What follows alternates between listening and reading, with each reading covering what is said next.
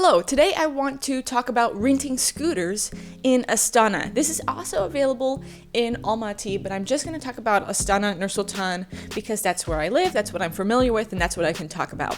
There are two rental scooter services in Astana. One is called Jet, which is run by a Ukrainian company, and the second one is called Uzum, which I think is Kazakh because the word Uzum means myself or mine, like myself or mine, I think. I am going to be showing you how to use Jet because I've actually been unsuccessful with registering with the Uzum app. Not saying that it's bad or anything, I just haven't used it. By the way, I'm not sponsored by either of these companies. If you want to sponsor me, if you want to give me some free rides, then I'm down. To explain these rental scooter systems, these scooters are spread throughout the city and they're in different parking zones. So you can walk around and rent one, ride it to any other parking zone, which there are so many, leave it there, and then you're charged minute by minute.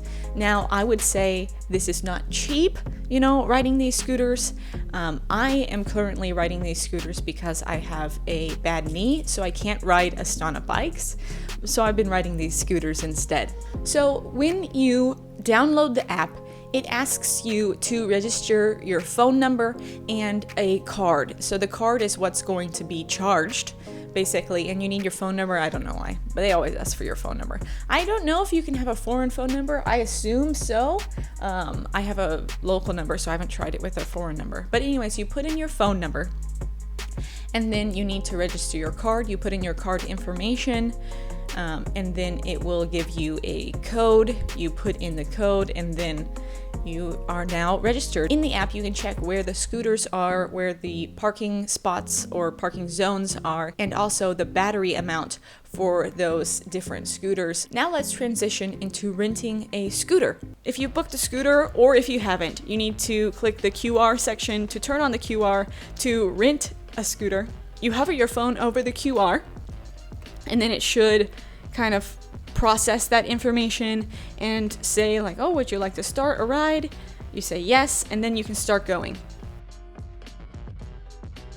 To explain the handlebars a little bit, there's a little tab for the gas, two brakes left and right, and in the middle is where you can see your speed and the time. So when you're ready to start riding, you kick up the little scooter kickstand, you push off with your foot twice, then hit the gas and start going. I will also warn that when you're braking, the brakes are somewhat mechanical, so when you hit the brakes, it might jerk you a little bit. I'm not sure if you can see from this footage that it's braking quite quickly, but for me it feels like there's not a gradual braking. Additionally, scooters in general don't really have good suspension to cushion impact, so when you go over bumps or from sidewalk to road and then road to sidewalk, you can feel all those bumps, so it's best to prepare that, and you should not be jumping over any curbs because they cannot handle it. This is just my personal opinion, but don't ride on the roads themselves. The cars are not used to scooters being around, and I would recommend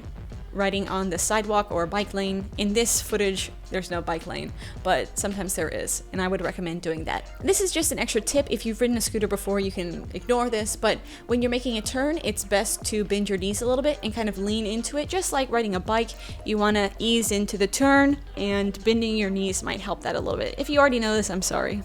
And when you're ready to finish, once you know you're within a parking zone, you can put the kickstand down and through your phone finish the ride, and then you need to take a photo of the full scooter in its location. I don't know why, but you have to anyways, and then you're done. In the end, I've shown you how to register it within the app, how to rent a scooter, how to use the scooter and put it back. So I hope that if you're interested in using the scooters in Astana and maybe Almaty, that this video has been helpful to you. I think it's interesting that there's rentable transportation in these two cities now. There's Astana Bike and these rentable scooters, two companies within Astana. We also have, the bus and taxis. People use cars. I've seen some motorcycles around. So there's diverse transportation in Astana itself. I've made a previous video about the Astana bike, so if you want to check that out, you can up here. Thank you so much for watching this video. I'll see you in the next one. Bye-bye.